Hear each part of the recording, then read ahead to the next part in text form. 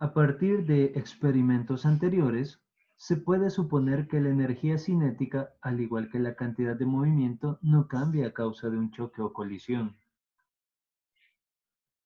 Esto es uno de los parámetros que vamos a utilizar para el tema de este día, choques elásticos e inelásticos para el módulo de física, preparado por mi persona, Gilmar Azahar, ingeniero civil. A continuación vamos a proceder con el tema. La suposición, dicha anteriormente, solo es aproximadamente cierta para los cuerpos duros, como los balines y las bolas de billar, pero no resulta verdadera en el caso de los cuerpos blandos, que rebotan con mucho mayor lentitud después de chocar. Durante el impacto, todos los cuerpos se deforman ligeramente y así se liberan cantidades pequeñas de calor. El vigor con que el cuerpo recobra su forma original después de sufrir una deformación es una medida de su elasticidad o capacidad de restitución. Si la energía cinética permanece constante en un choque, se dice que el choque es completamente elástico. En este ejemplo no se pierde ninguna energía en forma de calor o deformación de un choque. Una bola de acero templado que se deja caer sobre una placa de mármol se aproxima a lo que sería un choque completamente elástico. Cuando los cuerpos que chocan se adhieren entre sí y se mueven como un solo cuerpo después del choque, se dice que el choque es completamente inelástico. Una bala que se incrusta en un bloque de madera es un ejemplo de este tipo de choque. La mayoría de los choques se encuentran entre estos dos extremos que acabamos de mencionar. En una colisión completamente elástica entre dos masas m1 y m2, podemos decir que tanto la energía como la cantidad de movimiento se conservan. Por lo tanto, se puede obtener la ecuación que tenemos a continuación, que sería la velocidades iniciales de ambos objetos, sería igual a las velocidades finales de esos objetos.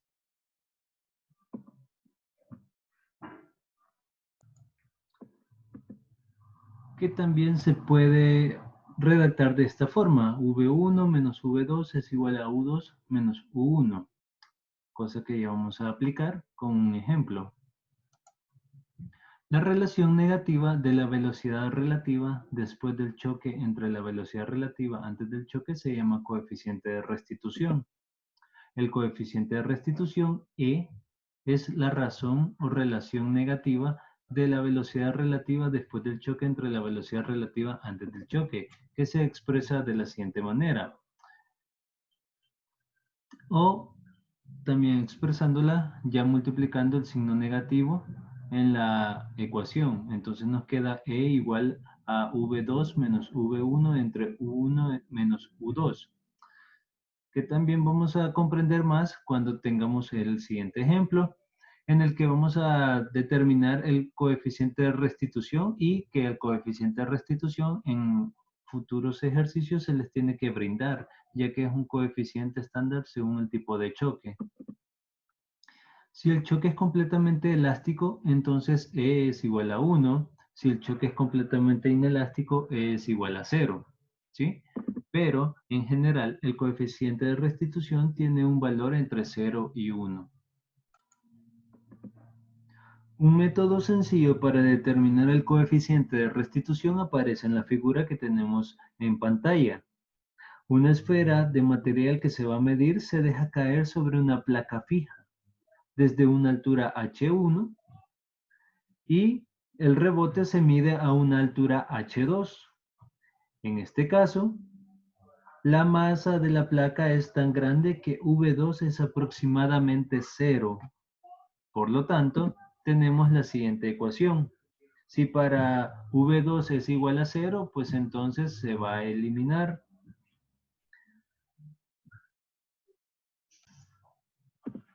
Y la velocidad U1 es simplemente la velocidad adquirida durante la caída desde la altura h1 y se determina a partir de la fórmula U al cuadrado menos U al cuadrado sub 0 es igual a 2 veces la gravedad por la altura inicial h1. pero la velocidad inicial u sub 0 es igual a 0, por lo cual se elimina, quedando como resultado u al cuadrado sub 1 es igual a 2 veces la gravedad por la altura inicial 1. Dicho de otra forma, sacando la raíz cuadrada a ambos miembros de la ecuación para eliminar la potencia que tenemos en u sub 1, esto va a ser igual a la raíz cuadrada de 2 veces la gravedad por la altura h1. Hemos considerado ahora la dirección hacia abajo como positiva. Si la pelota rebota hasta una altura h2, su velocidad de rebote v sub 1 debe ser menos raíz cuadrada de 2 veces la gravedad por la altura h2. El signo menos indica el cambio de dirección. Así pues, el coeficiente de restitución está dado por... El coeficiente de restitución va a ser igual al cociente de estos dos factores que hemos mencionado anteriormente, pero como la gravedad y el número 2 son números constantes, lo podemos suprimir, quedándonos nada más con la raíz cuadrada de h sub 2 entre h sub 1, entendiéndose que estas son las alturas inicial y altura final del rebote. Así se determina un coeficiente de restitución. El coeficiente resultante es una propiedad conjunta de la pelota que se está analizando y de la superficie sobre la cual rebota. Es entonces a donde llegamos que tenemos que tomar unas estrategias para resolver problemas. Pueden pausar el video acá un minuto y leer detenidamente todo este procedimiento en el que les recomiendo ver o enfocarse en el punto número 4, en el que se tiene que determinar el cálculo o el resultado a partir de la ecuación de conservación de la cantidad de movimiento, que es igual a la masa del primer objeto por su velocidad inicial más la masa del segundo objeto por su velocidad inicial es igual a la masa del primer objeto por su velocidad final más la masa del segundo objeto por su velocidad final. Entonces, este sería para sustituir y obtener la simplificación de ser necesario si no se tienen algunos datos.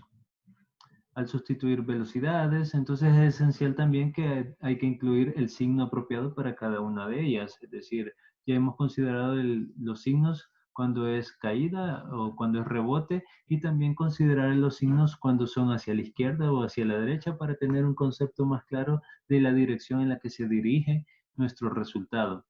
Si el choque es completamente inelástico, proceder a resolver la ecuación de la cantidad de movimiento para la cantidad desconocida. Pero si la colisión es elástica, la conservación de la energía le ofrecerá una segunda ecuación independiente que está en el numeral 7.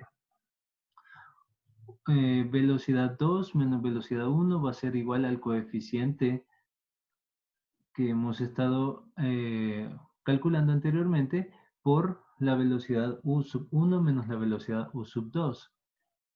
¿Qué es lo que vamos a ver a continuación? Donde es el coeficiente de restitución y para choques perfectamente elásticos es igual a 1. Por último, resolver esta ecuación simultáneamente con la ecuación de la cantidad de movimiento que está detallada en el numeral 4 y así tener cuidado de utilizar bien y correctamente los signos de sustitución. Para esto nos vamos al ejemplo de choques elásticos e inelásticos y así comprendemos, aplicamos la teoría vista anteriormente, en la que una pelota de 2 kilogramos que se desplaza hacia la izquierda, es decir, aquí no está en caída, sino que va hacia la izquierda, con una rapidez de 24 metros sobre segundo, choca de frente con otra pelota de 4 kilogramos, ahí tenemos la masa 2, que viaja hacia la derecha a 16 metros sobre segundo, la segunda velocidad. Encuentra entonces en el literal A la velocidad resultante si las dos pelotas se quedan pegadas después del choque. Literal B, determine sus velocidades finales si el coeficiente de restitución es 0.8, que era lo que decíamos que puede oscilar entre 0 y 1. Entonces, primero organizamos los datos. Tenemos masa 1 es igual a 2 kilogramos, masa 2 igual a 4 kilogramos, la velocidad inicial 1 es de menos 24 metros sobre segundo, entendiéndose que hacia la izquierda lo vamos a manejar como negativo y hacia la derecha positivo. En este caso sería la de la masa 2, que es una velocidad U2 de 16 metros por segundo, teniendo un coeficiente de restitución de 0.8. Encontrar V1 y V2. Entiéndase que estas son velocidades finales para cada uno de los objetos. Ahora vamos con el primero. Para el caso inelástico, E igual a 0 y la velocidad combinada después del choque es que la velocidad final del choque va a ser igual a la velocidad 1 y velocidad 2, ya que entiéndase que están combinados. Por lo tanto, podemos escribir la ecuación que habíamos mencionado anteriormente. Por lo tanto, ya que habíamos considerado que V1 y V2, que son las velocidades finales, va a ser la velocidad final del choque, quiere decir que son lo mismo, podemos hacer un factor común en ese sentido. La fórmula original comienza desde M1, U sub 1 hasta M2, V sub 2. Entonces, esta parte que tenemos acá, la podemos sustituir, ya que podemos sacar factor común de V1 y V2 como velocidad final del choque, manteniendo así las masas M1 y M2 sumándose. Entonces acá lo que se hizo es que esta parte que tenemos acá se hizo factorización para obtener un factor común VC, que sería velocidad final del choque. Dado que la dirección hacia la derecha se considera positiva, sustituyendo obtenemos que la masa 1 que habíamos mencionado de 2 kilogramos por menos 24 metros por segundo, que es la velocidad hacia la izquierda de esa masa de 2 kilogramos, más 4 kilogramos por la velocidad que va hacia la derecha de esa misma masa. Y esto sería igual a las masas multiplicado por la velocidad final del choque. Ok, entonces multiplicamos. 2 por 24 tenemos menos 48. 4 por 16, 64. Y las unidades serían kilogramos por metro sobre segundo. Esto es igual a los 6 kilogramos de la sumatoria de 2 más 4, multiplicando la velocidad de choque.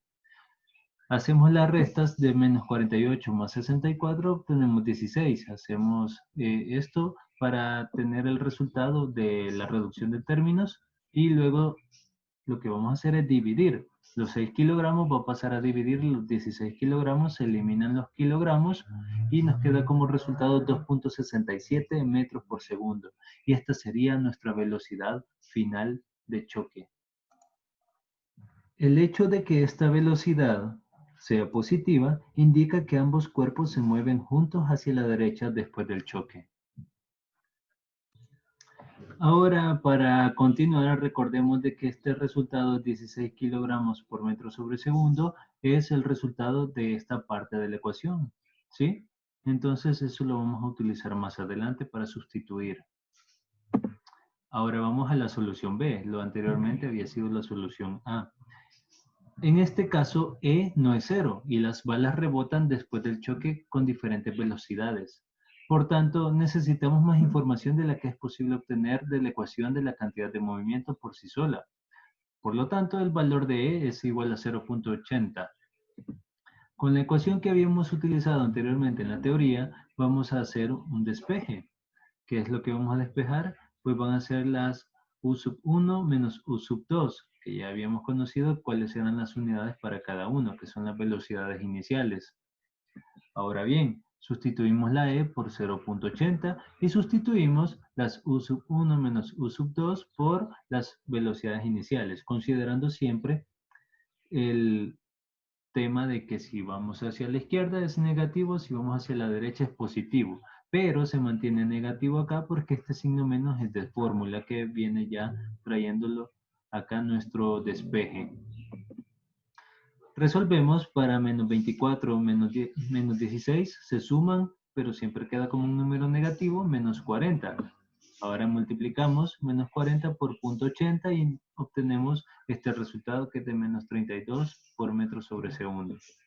Ok, ahora podemos utilizar la ecuación de la cantidad de movimiento para obtener otra relación entre velocidad 2 final y velocidad 1 final, lo cual nos permite resolver las dos ecuaciones simultáneamente. Entonces, nuevamente, esta fórmula ya la habíamos utilizado en la solución A. Este es el dato que ya habíamos encontrado. El lado izquierdo de esta ecuación ya fue resuelto en la parte A y es igual a 16 kilogramos por metro sobre segundo. Por tanto, sustituimos los valores de M1 y M2 en el lado derecho que ya teníamos acá, dejando como incógnita V1 y V2, que son velocidades finales, que son las que estamos tratando de encontrar. Ok, entonces para minimizar o reducir la ecuación, se puede dividir entre 2 kilogramos. Toda la ecuación se divide entre 2, entonces vamos a dividir 16 entre 2, 2 entre 2, 4 entre 2, teniendo como resultado, en este caso se eliminan los kilogramos y queda 8 metros por segundo, que es este resultado que tenemos acá.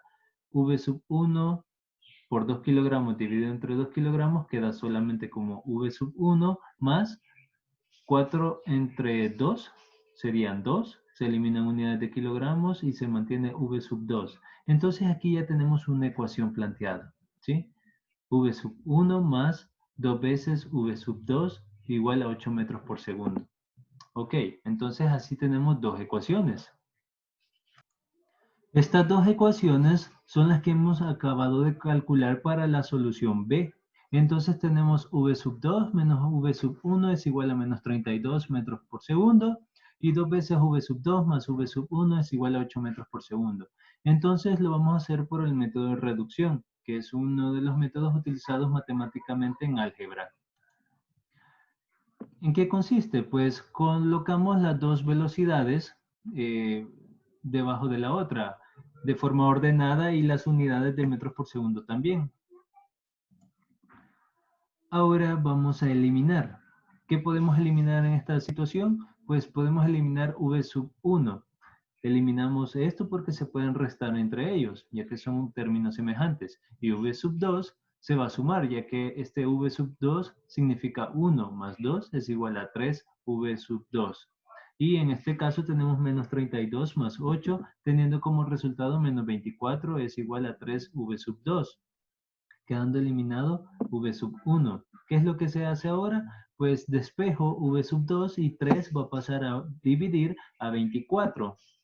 Esto me da como resultado que V2 va a tener una velocidad final de menos 8 metros por segundo, es decir, la velocidad final del objeto 2. Ok, entonces ahora tomo una ecuación de las dos que ya teníamos planteadas acá, de estas dos. Entonces tomo la primera, pude haber tomado la segunda también. Entonces en la primera en donde voy a sustituir la respuesta de V2, que es menos 8 metros por segundo. ¿Sí?